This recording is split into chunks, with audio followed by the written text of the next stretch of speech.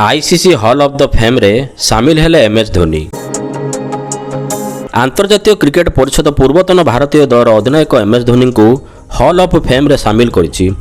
आंतर्जातीय एवं भारतीय क्रिकेटर तांकर अतुलनीय अवदान पई से सम्मान पाइछन्ति।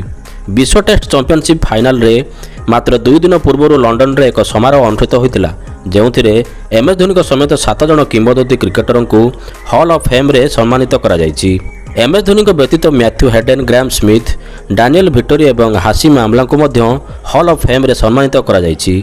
धोनी ଏହି ତାଲିକାରେ ସାମିଲ ହୋଇଥିବା 11ତମ ଭାରତୀୟ କ୍ରିକେଟର ହୋଇଛନ୍ତି।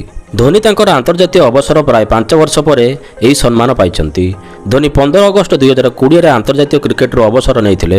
ଏମ୍ଏସ୍ ଧୋନିଙ୍କ ଶେଷ ମ୍ୟାଚ୍ 2019 ବିଶ୍ୱକପ୍ ସେମିଫାଇନାଲରେ ହୋଇଥିଲା। କ୍ୟାପ୍ଟେନ କୁଲ୍ ନାମରେ ଜଣାଶୁଣା ଏମ୍ଏସ୍ ଧୋନି ମଧ୍ୟ ସବୁଠାରୁ ସଫଳ ଭାରତୀୟ ଅଧିନାୟକମାନଙ୍କ ମଧ୍ୟରୁ ଜଣେ ଥିଲେ। ତାଙ୍କ ଅଧିନାୟକତ୍ୱରେ ଭାରତ 3ଟି ଆଇସିସି ଟ୍ରଫି ଜିତିଥିଲା।